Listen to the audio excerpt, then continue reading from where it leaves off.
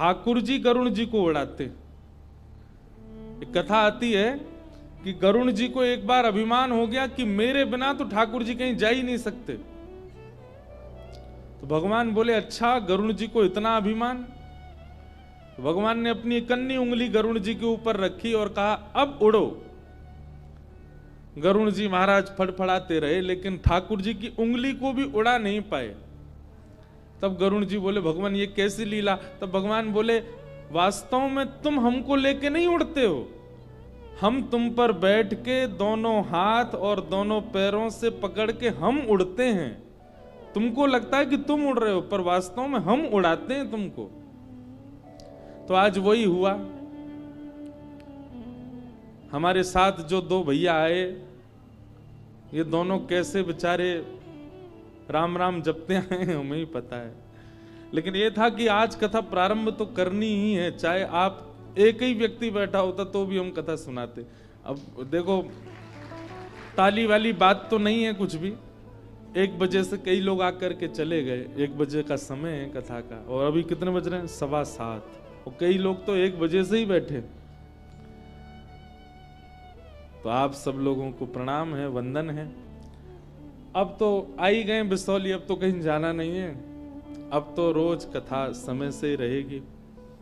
हमारे जितने भी पदाधिकारी गण, हमारे जितने पुलिस सेवा के समस्त जन यहाँ खड़े हैं, सब सेवा में आए हैं। कथा के निमित्त मात्र यजमान और जितने भी श्रोता हैं, सबको हम दंडवत प्रणाम करते हैं। और आज प्रथम दिन की कथा है, तो थोड़ी देर चर्चा करके और फिर विश्राम देंगे। कल से कथा का समय क्या है? 2 बजे। लेकिन 2 हमारे लिए है, आप लोगों के लिए 1:30 बजे है। आप 1:30 बजे ही आ जाइए। 2 बजे से कथा का प्रारंभ होगा और बड़े भाव से हम लोग कुछ चर्चाओं को श्रवण करेंगे। बोलो वृंदावन बिहारी लाल की। अब एक चीज सुन लें कि 20 को कथा विश्राम नहीं होगी। 21 को सुबह सुबह कथा होगी 9 बजे से 11:30 बजे तक, और उसके बाद हम यहाँ से प्रस्थान करेंगे। तो एक दिन और कथा होगी, इसलिए आप सब लोग आइएगा। महात्म की थोड़ी चर्चा हम लोग कर लें, 1-2 श्लोक सुन लें, एक प्रारंभ मात्र कर दें कथा का, और फिर कल से कथा का प्रवाह चलेगा। सच्चिदानंद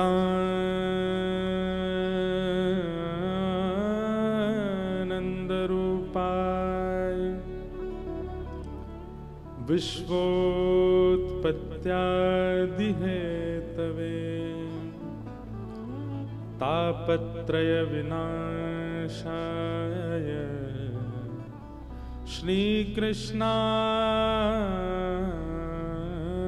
वयं नमः। सच्चिदानंद रूपाय। भगवान के 3 रूप हैं, सत्य, चैतन्य और आनंद। सबसे पहली बात है कि श्री ठाकुर जी सत्य स्वरूप हैं। बहुत ध्यान से सुनिएगा आप। ठाकुर जी सत्य हैं।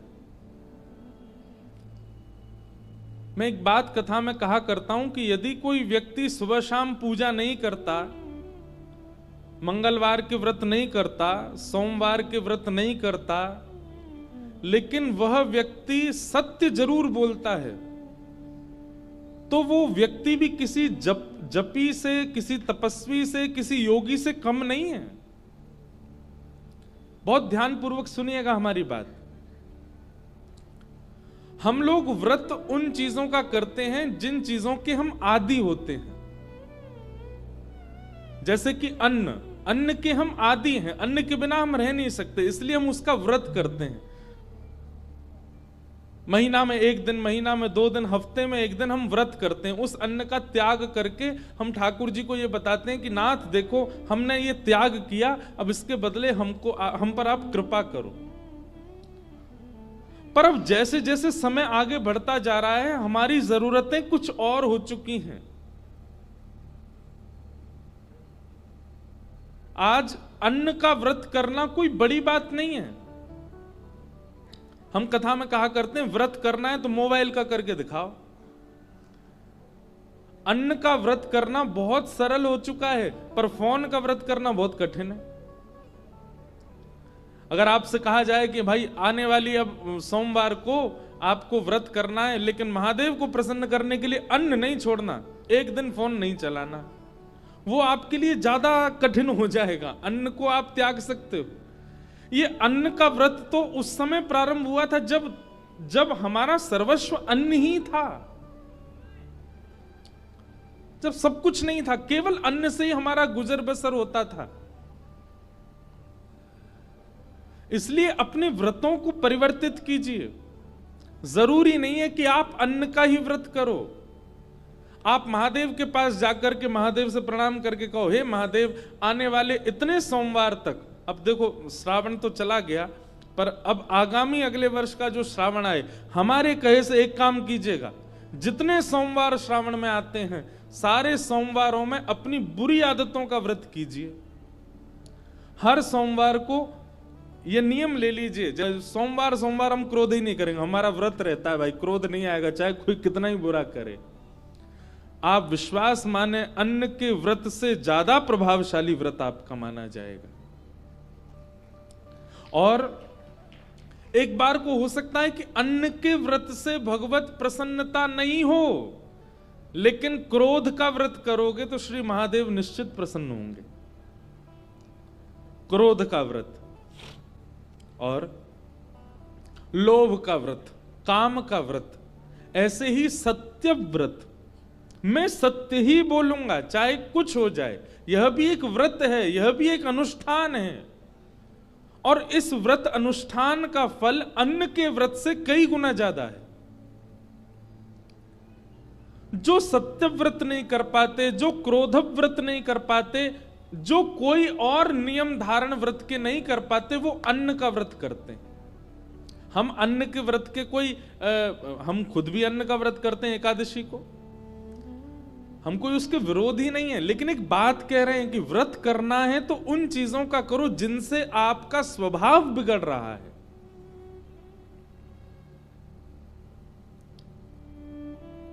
व्रत ऐसा करो क्योंकि सत्य भगवान का स्वरूप है। हफ्ते में एक दिन ऐसा रखिए कि चाहे जो हो जाए, इस दिन असत्य बोलना ही नहीं, मजाक में भी नहीं बोलना। तो आप कहीं ना कहीं हिमालय के तपस्वी के बराबर तप ही कर रहे हो, क्योंकि आप एक दिन पूरा सत्य बोल रहे हो। संसार में हर व्यक्ति झूठ बोलता है, हर दिन बोलता है। व्यास मंच पर हम बैठे हैं, हमसे भी झूठ बोलता है। व्यास मंच पर नहीं बोलता, पर अपने व्यवहार में, अपने परिवार में, अपने मित्रता में, अपने सखी संबंधियों के साथ हमारा भी झूठ हो जाता है। लेकिन कोई एक ऐसा दिन हो, और एक बात याद रखिएगा, आप जिस दिन को चुनेंगे कि उस दिन हमको सत्य ही बोलना है, ठाकुर जी भी परीक्षा उसी दिन करेंगे। ऐसी कोई नीति बनाएंगे कि आपको सत्य बोलना ही पड़ेगा। आप सत्य से बचोगे ही, लेकिन याद रहिएगा, अपने अपने व्रत के प्रति निष्ठावान हो जाइएगा, चाहे जो हो जाए आप सत्य ही बोलो। एक कथा सुनाए, नामदेव जी महाराज हुए महाराष्ट्र में। नामदेव जी का एकादशी निष्ठा थी, मैं कथा में सुनाता हूं। वो एकादशी के दिन अन्न नहीं खाते थे, और खाना भी नहीं चाहिए, शास्त्र मना करते हैं। एकादशी व्रत करते थे, और केवल करते ही नहीं थे, नामदेव जी के आगे जो आ जाता था उस सबसे एकादशी करवाते थे। मान लीजिए आप घूमते घूमते नामदेव जी के आगे आ गए, और आप कहीं अन्न खा रहे हो, और नामदेव जी ने आपको देख लिया, तुरंत हाथ पकड़ लेंगे, आपके हाथ में जो सामग्री होगी उसको दूर रख देंगे, बोले भैया आज एकादशी, आज अन्न नहीं खाओगे। और जब तक द्वादशी लग नहीं जाएगी आपके पीछे पीछे घूमेंगे कि कहीं ये अन्न ना खा ले। ऐसा नियम था उनका। एक दिन भगवान बोले नामदेव जी की परीक्षा ली जाए, और ठाकुर जी एक दीन हिंसा ब्राह्मण बनकर के आ गए, और एकादशी के दिन नामदेव जी के द्वार पर आकर के ठाकुर जी ऐसे गिर पड़े। नामदेव जी दौड़ करके गए, अरे ब्राह्मण देवता आए हैं, अरे कोई जल लेकर के आओ, अरे गृहिणी सुनो जल्दी इनकी सेवा करो। वो ब्राह्मण कहने लगा, अरे भैया नामदेव, मैं बहुत दिन से भूखा हूं, मुझे किसी ने कहा इस नगर में तुम ही वैष्णव हो, कृपा करके मुझे कुछ खिला दो ना, अन्न खिला दो, मुझे बहुत भूख लगी है। नामदेव जी बोले, क्षमा करना भगवान, आज तो एकादशी है। अब वो ब्राह्मण कहने लगा, अरे तुमको एकादशी की पड़ी है?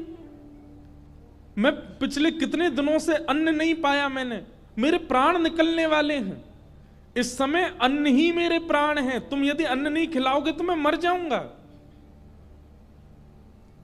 नामदेव जी महाराज बोले, भगवान केला खा लो, सेब खा लो, दूध पी लो, पर अन्न नहीं खिलाऊंगा, आज एकादशी है और मेरे प्राण निकल गए तो? नामदेव जी बोले, तो फिर बहुत अच्छा है, एकादशी के दिन प्राण निकलेंगे तो वैकुंठ ही जाओगे, लेकिन अन्न नहीं खाने दूंगा, चाहे आप जो कहो। अब वो कोई ब्राह्मण कोई और थोड़ी, भगवान ही आए थे। अब तो ठाकुर जी जोर जोर से चिल्लाने लगे, अरे भैया मुझे कोई बचाओ, मुझे कोई अन्न खिलाओ, मुझे कोई रोटी चावल कुछ तो खिलाओ, मेरे प्राण निकल रही है, नामदेव मुझे कुछ नहीं खिला रहा है। अड़ोसी पड़ोसी इकट्ठे हो गए, सब लोग बोले, ए नामदेव तुम्हारी एकादशी है, तुम करो एकादशी, उनसे क्यों करवा रहे हो? नामदेव जी बोले, मेरा नियम है, मेरी आंखों के आगे जो आ जाएगा सबसे करवाऊंगा मैं तो। अब पड़ोसी कहने लगे, ब्राह्मण देवता आप तो हमारे साथ चलो, हमारे यहां चलो, वहां पा लेना। नामदेव जी ने हाथ पकड़ लिया, बोले ले जाने भी नहीं दूंगा। ब्राह्मण बोले, बड़ा विचित्र भाई, मेरे प्राण निकल जाएंगे। बोले भले ही निकल जाएं, खिलाने के लिए मना थोड़ी किया, केला देता हूं, सेब दे रहा हूं, आपको दूध दे रहा हूं, लेकिन अन्न नहीं दूंगा। अब ठाकुर जी तो जब नाटक करने में आते हैं तो सबको पीछे छोड़ देते हैं। आहा, विलाप करते करते करते करते ठाकुर जी ने ऐसा नाटक किया कि प्राण निकल ही गए, लेकिन नामदेव जी ने अन्न नहीं खिलाया। जैसे ही उस ब्राह्मण के प्राण निकले, नामदेव जी महाराज नेत्रों से अविरल अश्रुधार गिरने लगी। सब लोग नामदेव पे चिल्लाने लगे, अरे ऐसी कैसी एकादशी तेरी कि तेरे द्वार पर आकर के एक ब्राह्मण ने अपने दम तोड़ दिए, ये एकादशी का व्रत मिला तुझे? नामदेव जी बोले, भैया मेरी निष्ठा की वजह से ब्राह्मण के प्राण गए हैं, इसलिए मैं अपने आप को दंड स्वयं दूंगा। एक चिता बनाई, चिता में उस ब्राह्मण का शव पधरा दिया और स्वयं भी उस चिता में बैठ गए, अपनी पत्नी को भी बिठाया, अपने पूरे परिवार को बिठा लिया। बोले हम सब इनके साथ अपने देह का त्याग कर देंगे।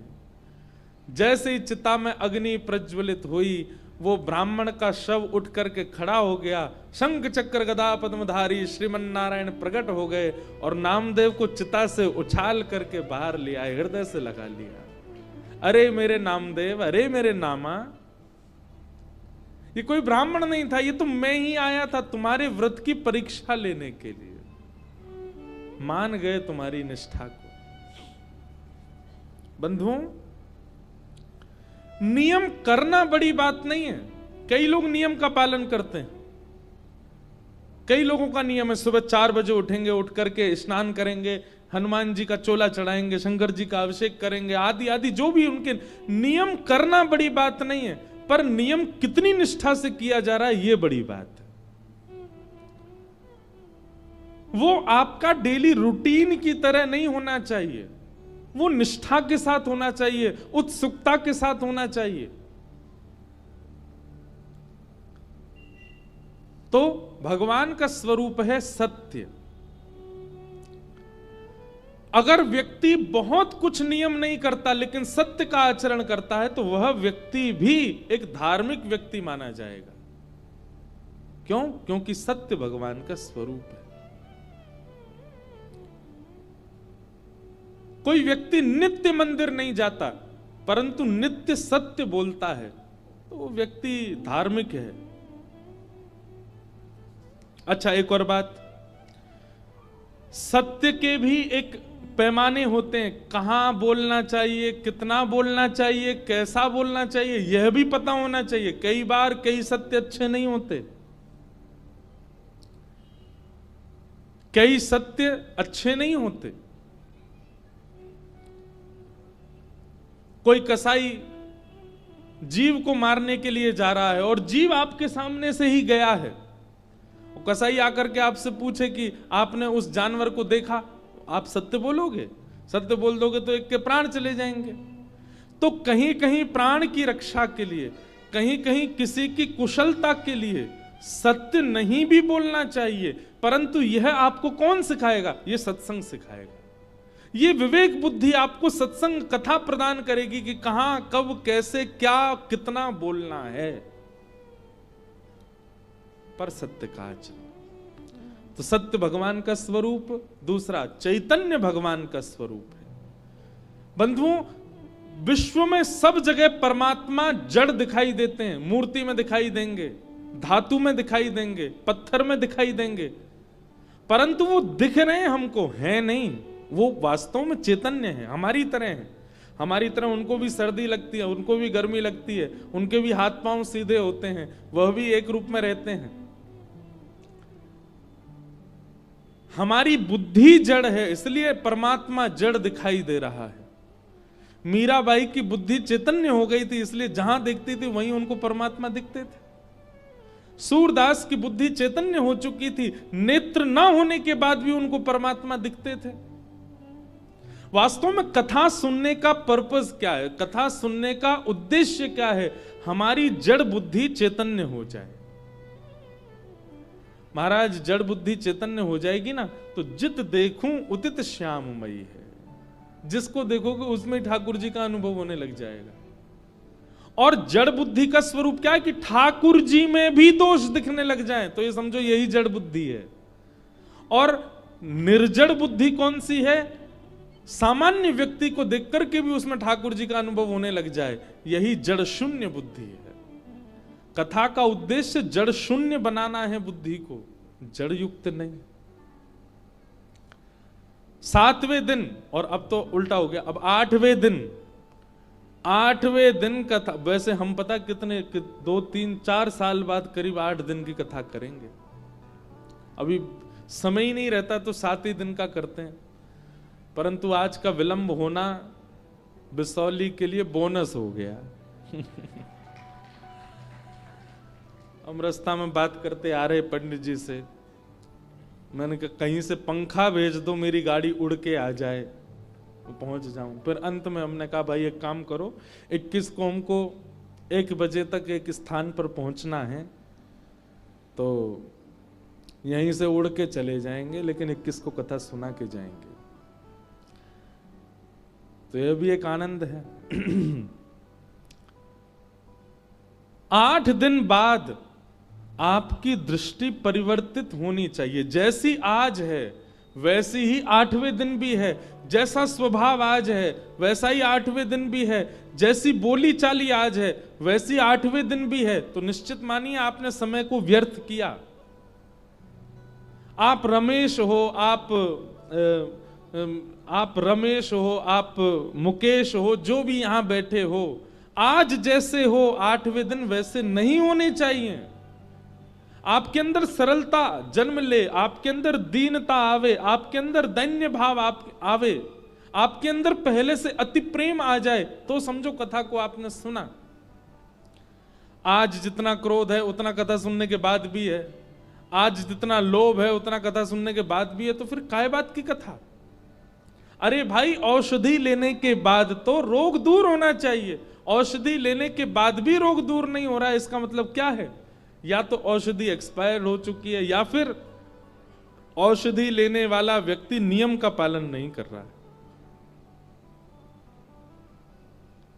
इसलिए भैया, इन 7 दिवस की कथा से मन, बुद्धि, नेत्र सब परिवर्तित होने चाहिए, सब में एक सुधरा हुआ व्यवहार आना चाहिए, ऐसी भावना।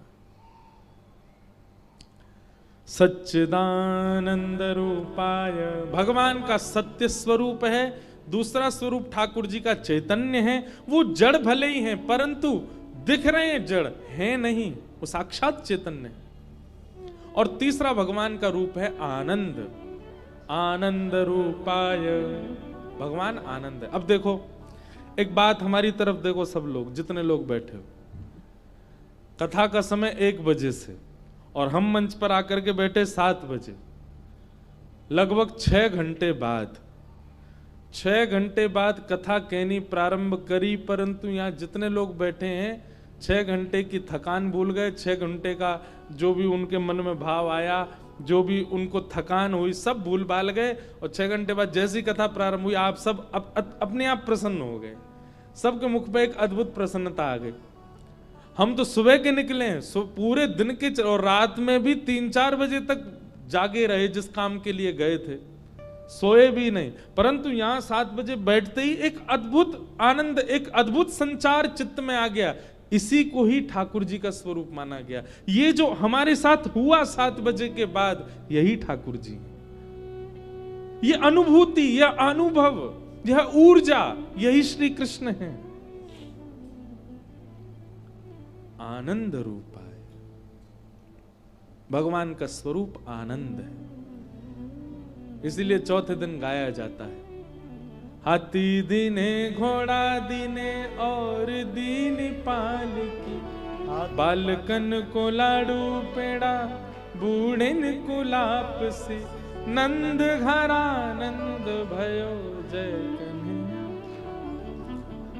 अभी यही भाव है कि बिसौली में आनंद भयो और आगामी 7 दिन के लिए आनंद भयो। अब यहां आनंद ही आनंद होगा। आपकी जितनी चिंताएं हैं, आपके जितने विषाद हैं, सब भूल जाएंगे जब आप कथा में आएंगे। भले ही बाहर याद रहें, पर यहां जब कथा सुनने लग जाएंगे, सब निश्चित है कि आप भूल जाओगे। किस स्थिति में आ जाओगे? आनंद। और वही आनंद श्री कृष्ण है, वही आनंद परमात्मा।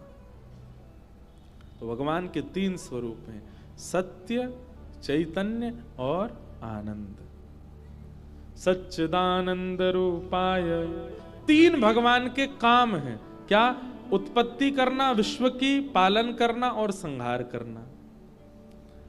और 3 भगवान के स्वभाव हैं। क्या? तापत्रय विनाशाय, आदिदैविक, आदिभौतिक, आध्यात्मिक, तीनों तापों का जो विनाश कर देते हैं।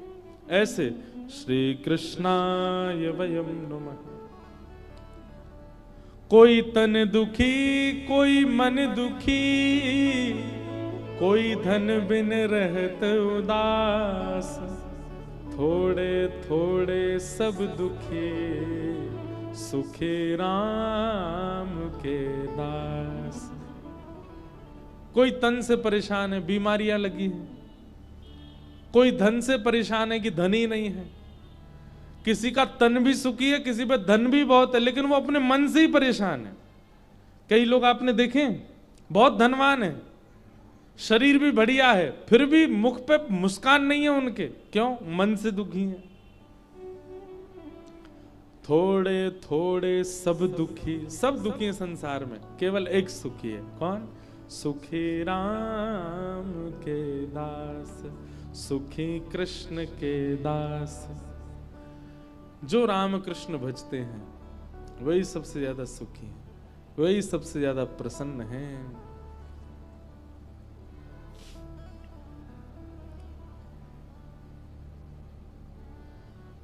हरि का भजन करो, हरि है हमारा।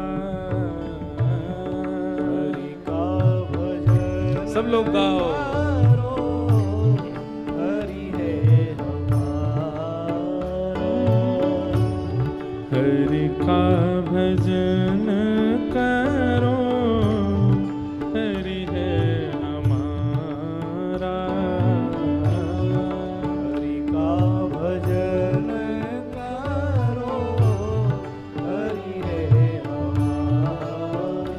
हे हरि नाम लेने वाला, हरि नाम लेने वाला, हरि नाम गाने वाला, हरि नाम लेने वाला, हरि का है प्यारा।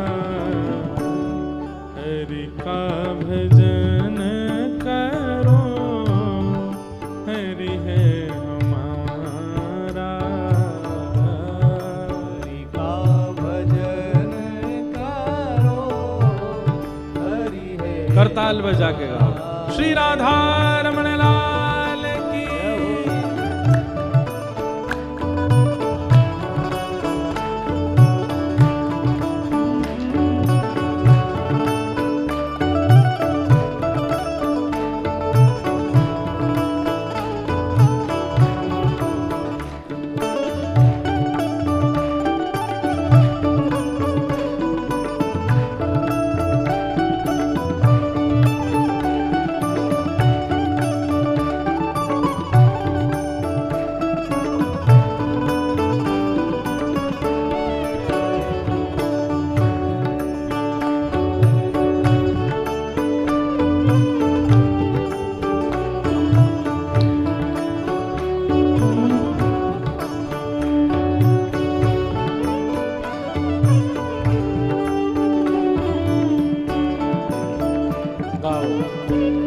हरि नाम से तेरा काम बनेगा। हरि नाम से तेरा काम बनेगा।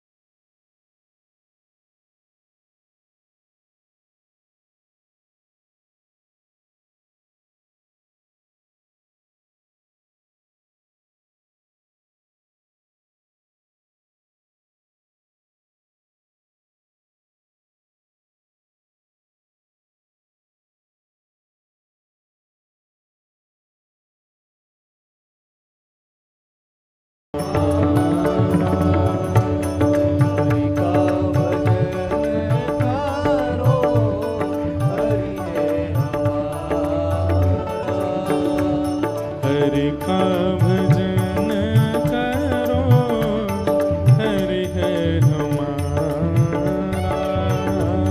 हरि का भजन करो, हरि है हमारा। हे हरि नाम लेने वाला, हरि नाम लेने वाला, हरि नाम गाने वाला, हरि नाम गाने वाला। ओ हरि का है प्यारा। हरि का भजन करो, हरि है हमारा। हरि का भजन करो, हरि है हमारा। हरि का भजन करो, हरि है हमारा। हरि का भजन करो, हरि है हमारा।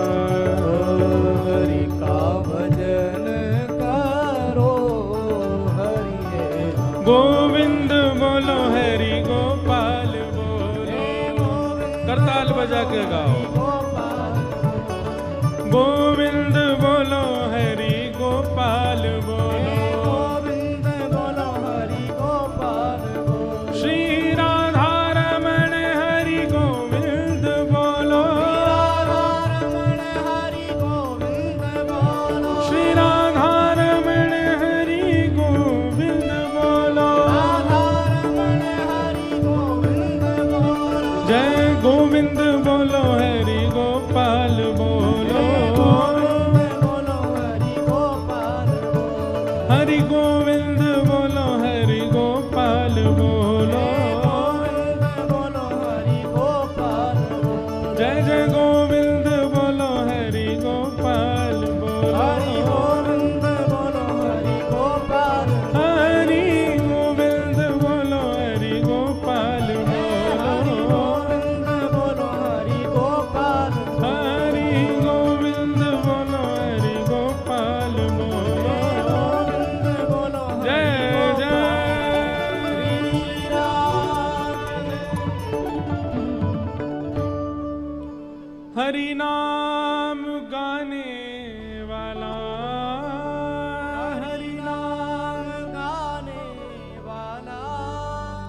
हरि का है प्यारा, हरि का भजन करो, हरि है हमारा। हरि का भजन करो, हरि है हमारा। हरि स्मृति सर्व विपद विमोक्षणम। ऐसे हरि जो त्रिकालाबाधिक हैं, सत्य, चैतन्य और आनंद, जिनके कर्म उत्पत्ति, पालन और प्रलय, जिनका स्वभाव आदिदैविक, आदि भौतिक, आध्यात्मिक तापों से ग्रसित को प्रसन्न करना, ऐसे श्री कृष्ण को हम बारंबार प्रणाम करते हैं। आज भागवत जी का महात्म्य है। महात्म्य का मतलब क्या होता है? महत्व। तो जो 8 दिन की कथा होती है उसमें विशेष रूप से कथा तो दूसरे दिन से ही शुरू होती है, पहले दिन महात्म्य होता है। मतलब हमारे सप्ताह जो काउंट होंगे वो कल से होंगे। आज प्रथम दिन केवल महात्म्य है। अगर 7 दिन की कथा होती है तो महात्म्य और प्रथम दिन दोनों पहले दिन ही करने होते हैं, तो फिर 7 दिन में कथा होती है। महात्म्य की थोड़ी चर्चा बस प्रारंभ मात्र करके फिर कथा को विराम देते हैं। भक्ति महारानी के 2 पुत्र हैं, ज्ञान और वैराग्य। भक्ति सबके चित्त में है, भक्ति सबके अंदर होती है, परंतु कोई भी व्यक्ति ज्ञान और वैराग्य के आदि नहीं होते। इस पंडाल में भी, बिसौली में, बदायूं में, बरेली में, आसपास के क्षेत्रों में भक्तों की गिनती यदि करोगे तो लाखों में हो जाएगी, परंतु ज्ञानियों की गिनती करोगे, वैरागियों की गिनती करोगे तो शायद उंगली में गिन पाओ, इतने ही मिलेंगे। बहुत ध्यानपूर्वक सुनिएगा। और जबकि भक्ति के ही ये दोनों पुत्र हैं, ज्ञान और वैराग्य। लोग प्रश्न करते हैं, हम इतने वर्षों से सेवा कर रहे हैं, इतने वर्षों से पूजा कर रहे हैं, इतने वर्षों से हमारा ये नियम चलता आ रहा है, दान कर रहे हैं, पुण्य कर रहे हैं, फिर भी महाराज जी मन में शांति क्यों नहीं है? आप भक्ति तो कर रहे हो, पर भक्ति के 2 पुत्र ज्ञान और वैराग्य को त्याग रखा है। और जब पुत्र ही नहीं होंगे तो मां प्रसन्न कैसे रह सकती है, या मां प्रसन्न कैसे रख सकती है? भक्ति के ये 2 पुत्र हैं, ज्ञान और वैराग्य। इनको जीवन में स्थान देना अति अनिवार्य है।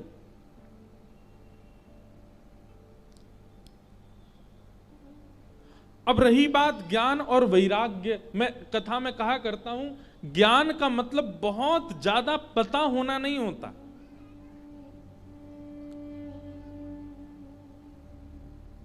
एक बात बहुत ध्यान से सुनिएगा।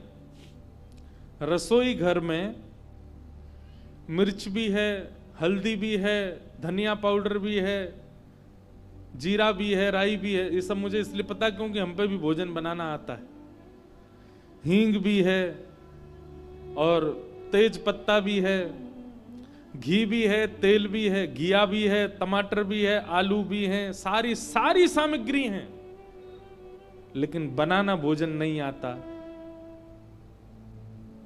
उसका क्या फायदा? रसोई है, सामग्रियां सादी हैं, लेकिन सामग्रियां सारी हैं, लेकिन पकाना नहीं आता, उसका निर्माण करना नहीं आता, तो इन सब व्यवस्थाओं का क्या फायदा?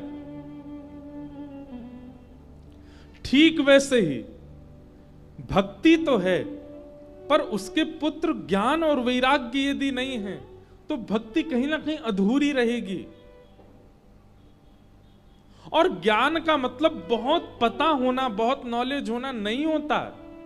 ज्ञान का मतलब होता है जितना पता है उसका सदुपयोग करना, उसको व्यवस्थित करना, इसको ज्ञान कहते हैं।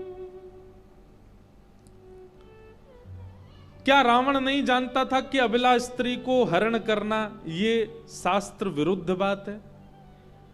इतना बड़ा ज्ञानी, इतना बड़ा पंडित, उसको नहीं पता था कि एक महिला का हरण नहीं करना चाहिए, पता था, वो जानता था, वो ज्ञानी था, उसके पास में ज्ञान तो है पर उस ज्ञान का विवेक नहीं है, उसका सदुपयोग कैसे करना चाहिए ये उसको नहीं आता। ये सत्संग सिखाता है।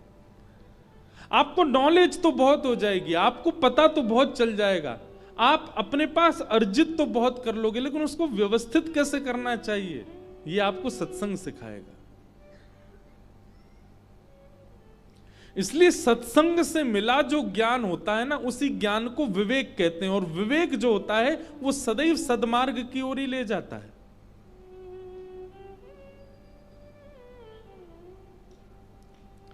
इसलिए भक्ति तो हमारे चित्त में है, पर उसके पुत्र ज्ञान को भी लाइए, उसके दूसरे पुत्र वैराग्य को। अब वैराग्य का मतलब क्या है? वैराग्य का मतलब बिसौली छोड़ दो, बदायूं छोड़ दो, यहां से छोड़ छाड़ के अपने बोरिया बिस्तर सब बांध करके पत्नी बच्चे परिवार सब छोड़ दो, हरिद्वार चले जाओ, हिमालय पे चले जाओ, वृंदावन चले जाओ, ये वैराग्य है? नहीं, ये वैराग्य नहीं है।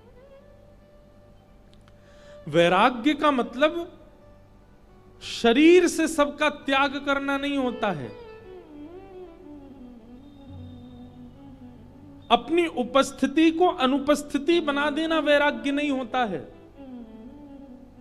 वैराग्य का मतलब होता है भले ही देह से आप वहां उपस्थित हो पर मन आपका उससे विचलित नहीं होता, इसको वैराग्य कहते हैं। घर छोड़ के चले गए वैराग्य लेकर के हिमालय में, लेकिन 24 घंटा चिंतन चल रहा है पत्नी का ही, 24 घंटा चिंतन चल रहा है बच्चों का, 24 घंटे चिंतन चल रहा है, पत्नी होती तो बढ़िया फूली फूली रोटी बनाती हैं, आलू की सब्जी से प्रेम से पाते। अब यहाँ वैराग्य लेकर के हिमालय पे आ गए, भिक्षा मांगनी पड़ती है, किसी किसी दिन तो मिलती भी नहीं है, कुछ भी रूखा सूखा खा के गुजर बसर करना पड़ता है। ऐसा वैराग्य किस काम का? एक बात याद रखिएगा, ग्रह त्याग करके वैराग्य कोई एक दो ही कर पाते हैं, वैराग्य तो घर में रह करके होता है। और वैराग्य का मतलब क्या है? सबके बीच रहते हुए भी, सारे संबंध नियम निभाते हुए भी किसी के प्रति आसक्ति ना रखना, इसको वैराग्य कहते हैं। यह मूल वैराग्य है। सामने वाले को लगता है कि आप बिल्कुल घरेलू हो, आप बिल्कुल संसारी हो, पर केवल आप बाह्य रूप से उसको दिखा रहे हो कि आप संसारी हो, पर मन से आप पूर्ण विरक्त हो। आपके चित्त में किंचित भी संसार के प्रति आसक्ति की भावना नहीं है, इसी को वैराग्य कहते हैं। 56 भोग सामने रखे हैं, वहां से उठ करके नहीं गए, आप बैठे हैं 56 भोग के बीच में ही, लेकिन अपनी जीभ पर पानी नहीं आने दे रहे हैं, इसको वैराग्य कहते हैं।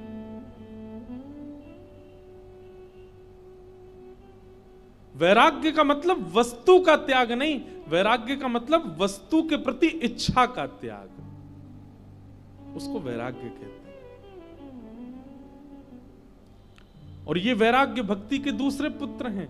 तो ज्ञान और वैराग्य के बिना भक्ति के मार्ग पर यदि आप हैं, भक्ति प्रधान है, भक्ति सर्वस्व है, पर कहीं ना कहीं ज्ञान और वैराग्य भी साथ होंगे तो भक्ति पुष्ट होगी, भक्ति आपको प्रसन्न करेगी, भक्ति आपको सम बना देगी। नहीं तो आप विचलित ही रहोगे, कितने भी नियम कर लो, कितनी भी कथाएं सुन लो, कितनी भी भक्ति कर लो।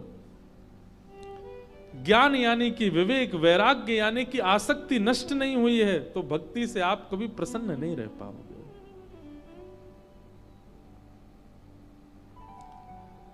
तो भक्ति के दो पुत्र हैं, ज्ञान और वैराग्य।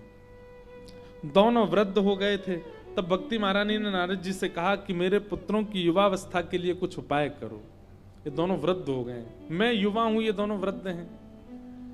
तब नारद जी महाराज ने विचार किया कि इनकी वृद्धता का कारण है लोगों में ज्ञान वैराग्य न होना। लोगों में भक्ति है इसलिए भक्ति युवा है, ज्ञान वैराग्य नहीं है इसलिए ज्ञान वैराग्य दोनों वृद्ध हो गए। तो मानव के चित्त में ज्ञान वैराग्य जब उदित होगा तभी ये दोनों की जीर्णता, दोनों की वृद्धावस्था जाएगी। और उसके लिए क्या करना पड़ेगा? तब भ्रमण करते हुए नारद जी महाराज बद्रीनाथ गए और तब वहां सनक सनंदन सनातन सनत कुमारों ने उनको एक अद्भुत यज्ञ के विषय में बताया, जो कि आज से बिसौली में प्रारंभ हुआ है, जिसका नाम है श्रीमद् भागवत सप्ताह कथा ज्ञान यज्ञ, ज्ञान महायज्ञ।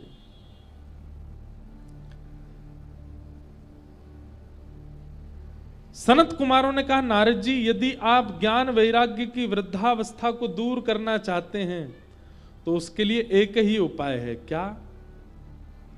सत्कर्म सूचको नूनम ज्ञान यज्ञ स्मृतो बुधये श्रीमद् भागवतालाप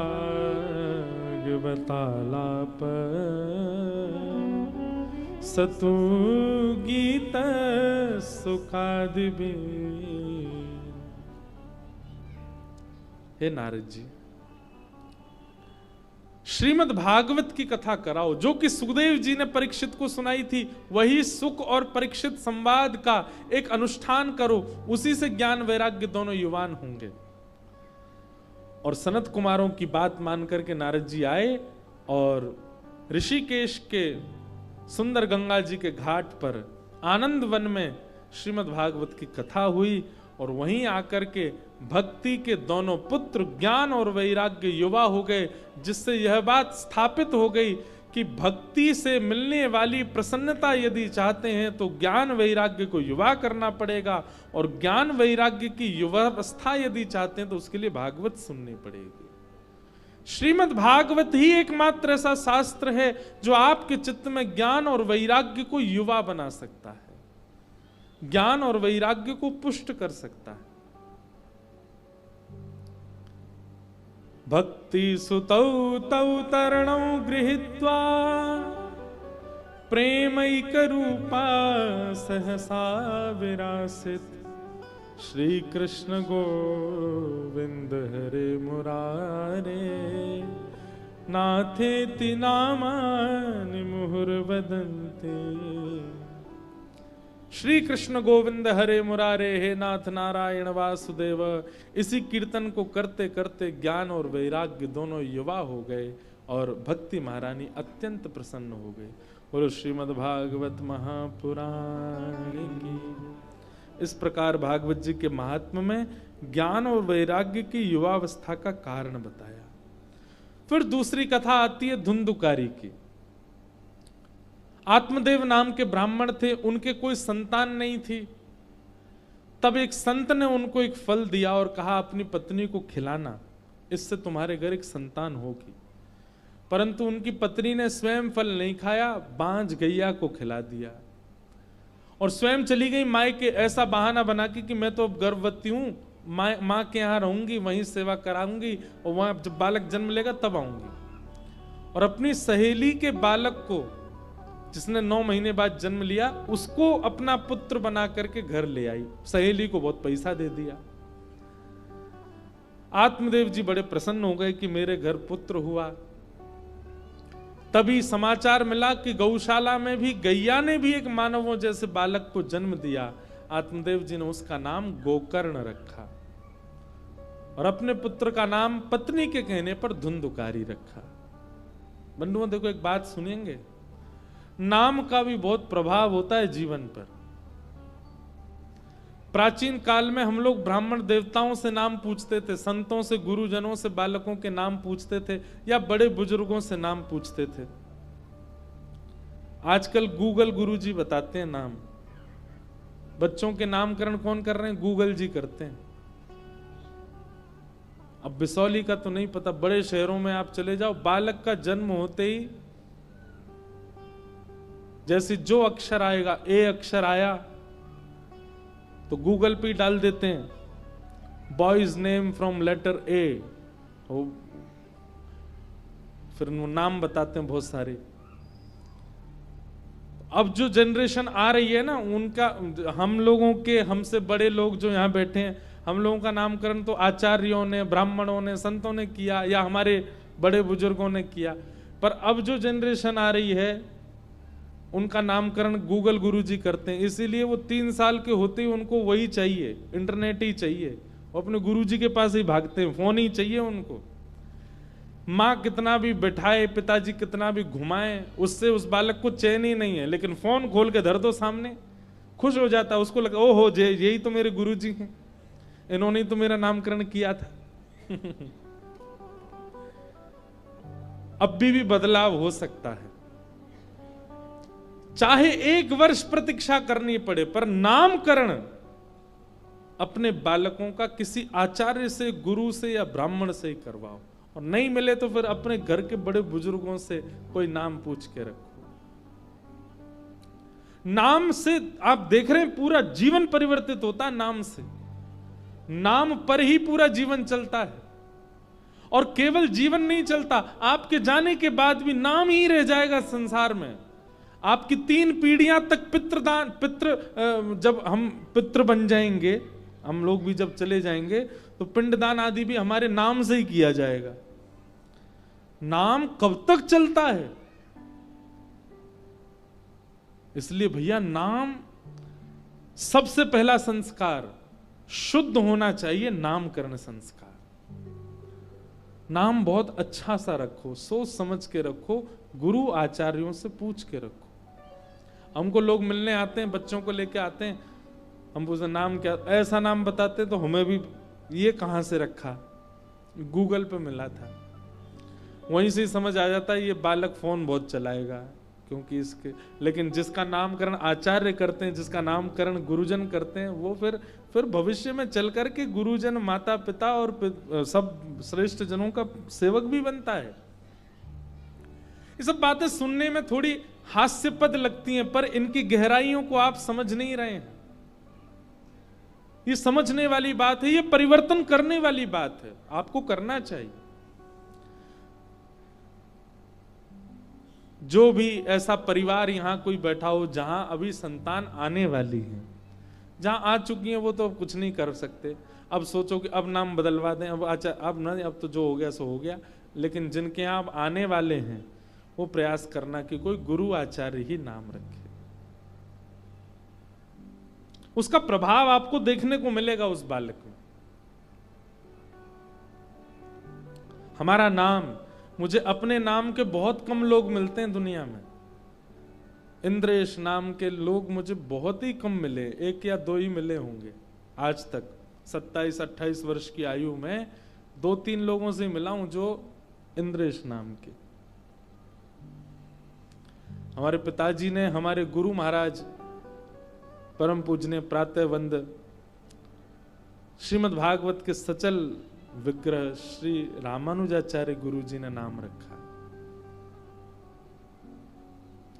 कई लोग सोचते हैं इंद्रेश का मतलब होता है इंद्र देवता, नहीं। ये एश जिनके भी नामों में आता है, जैसे गोपेश, रमेश, महेश, तो एश का मतलब सीधा लगा लीजिए, इसका संधि विच्छेद करके आगे वाले अर्थ के जो ईश हैं वो है नाम। तो इंद्र के जो ईश यानी कि श्री कृष्ण, जब उन्होंने गिरिराज जी उठाए तो इंद्र का मान मर्दन किया, इसलिए नाम पड़ा इंद्रेश। अब देखो कितना अच्छा अर्थ है। ऐसे ही बच्चों का नाम अर्थ से, और उनको बच्चों को बताओ, आचार्य से ही बुलवाओ, इनके नाम का अर्थ इनको पता हो। फिर देखिएगा जैसा उसका नाम है ना, वो वैसा ही बनता चला जाएगा। अब नाम ही रखा बालक का मोंटी, तो मोंटी ही बनेगा वो वैसा ही बनेगा। नामकरण का प्रभाव होता है। ये कथा हम धुंधुकारी के प्रसंग में कह रहे हैं। उसका नाम धुंधुकारी, धुम धुम करोति धुंधुकारी, ऐसा ही हुआ। धुंधुकारी धीरे धीरे दोनों जैसे बड़े हुए। गोकर्ण पंडित ज्ञानी बना, धुंधुकारी महान दुष्ट बना। माता पिता पर ज्यादा प्रहार, हाथ आदि उठाने लगा। मां ने एक दिन अपने प्राण त्याग दिए। पिताजी घर छोड़ करके वन में चले गए। ऐसा पुत्र जिसके घर में आने से घर ही नरक बन गया। बंधु एक बात ध्यान से सुनिएगा हमारी, पुत्र घर में जन्म ले इस बात की होड़ मत कीजिए, पात्र जन्म ले। और देखो, जन्म चाहे पुत्र ले चाहे पुत्री ले, पात्र बनाना माता पिता के हाथ में। विवाह करना और उसके बाद गृहस्थी आगे बढ़ाना, यह बहुत बड़ा दायित्व होता है। आजकल लोग इसको मजाक में ले जाते हैं। हमारी प्रार्थना, पुत्र पढ़ा लिखा बने, पुत्र भविष्य में चल करके लाखों करोड़ों रुपया कमावे, ये सब माता पिताओं की इच्छा होती है। पर अब परिवर्तन कीजिए। रुपए कमाना कोई बहुत बड़ी बात नहीं हो गई। अब संसार में कोई भी कमा लेता है, हम बहुत बड़ी बात नहीं कह रहे हैं, पर बहुत मेहनत करके पढ़ लिख करके एक डिग्री प्राप्त करने वाला व्यक्ति जितने रुपए कमाता है, उससे कई गुना ज्यादा बिना पढ़े लिखे भी कमा रहे हैं आजकल। इसका मतलब हम बढ़ावा नहीं दे रहे हैं उस चीज को, पर हम एक बात कह रहे हैं कि धन कमाना बहुत सरल हो गया है। अब माता पिता के चित्त में यह इच्छा नहीं होनी चाहिए कि हमारा बालक धन कमाने वाला बने। माता पिता के चित्त में यह इच्छा होनी चाहिए, चाहे जैसा भी हो, अच्छा इंसान बने। इसका स्वभाव, इसका व्यवहार, इसकी बुद्धि, इसका चिंतन, वो समाज को कुछ दे। भले ही बहुत ज्यादा ना कमा पाए, वो जरूरत नहीं हमको। बहुत ज्यादा कमाने वाला पुत्र पता है पुलिस ऋषि के खानदान में हुआ था। कौन? रावण। उसने तो इतना कमाया कि पूरी नगरी सोने की बना दी, और इतना ऐश्वर्य कमाया कि कुबेर भी उसके यहां पर झाड़ू पोंछा करने आ जाते हैं। देवता भी थर थर कांपते थे रावण के मारे। क्या ऐश्वर्य की कमी, क्या नाम की कमी, क्या यश की कमी, क्या धन की कमी थी रावण के पास। वो सब कुछ था रावण के पास जो आज का व्यक्ति चाहता है कि जीवन में मुझे मिले, पर चरित्र अच्छा नहीं था।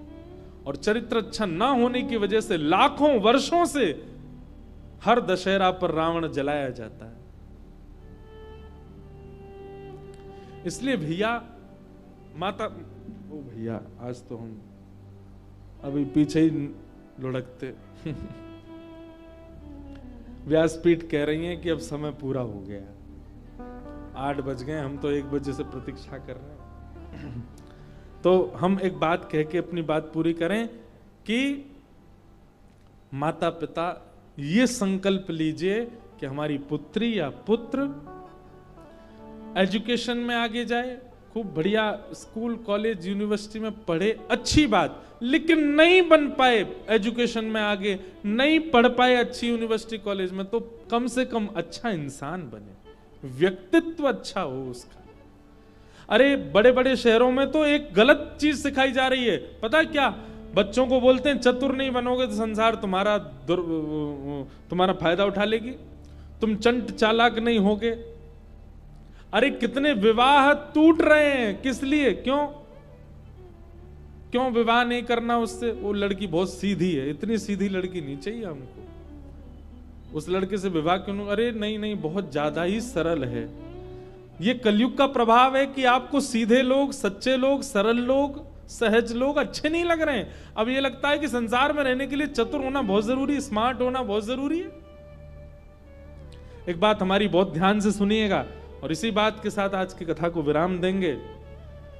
जितने चतुर बनोगे, जितने स्मार्ट बनोगे, जितने ज्यादा बुद्धिमान और जितने ज्यादा संसार की हर चीज को जानने वाले बन जाओगे, आप संसार के प्रिय बन जाओगे। लेकिन आप जितने सरल, जितने सहज, जितने प्रिय, जितने डाउन टू अर्थ, जितने दीन बनोगे, उतने ज्यादा ठाकुर जी के प्रिय रहोगे। आपके हाथ में संसार का प्रिय बनना है कि ठाकुर जी का। संसार उसी से प्रेम करता है जो बहुत चतुर है, लेकिन ठाकुर जी उसी से प्रेम करते हैं जो बहुत भोला है, बहुत सरल है, बहुत सहज है। आप कहते हैं कि भाई चतुराई बहुत जरूरी, नहीं तो संसार आपका दुरुपयोग कर। अरे आप सरल बन के तो देखो, कोई आपके साथ छल करने आएगा तो ठाकुर जी आड़े आ जाएंगे सामने। ये सीधा है, इसका तुम दुरुपयोग थोड़ी कर सकते हो, हम साथ खड़े। इसलिए भैया, हमारे बालक एक व्यक्ति अच्छे बने, ऐसा प्रयास करो।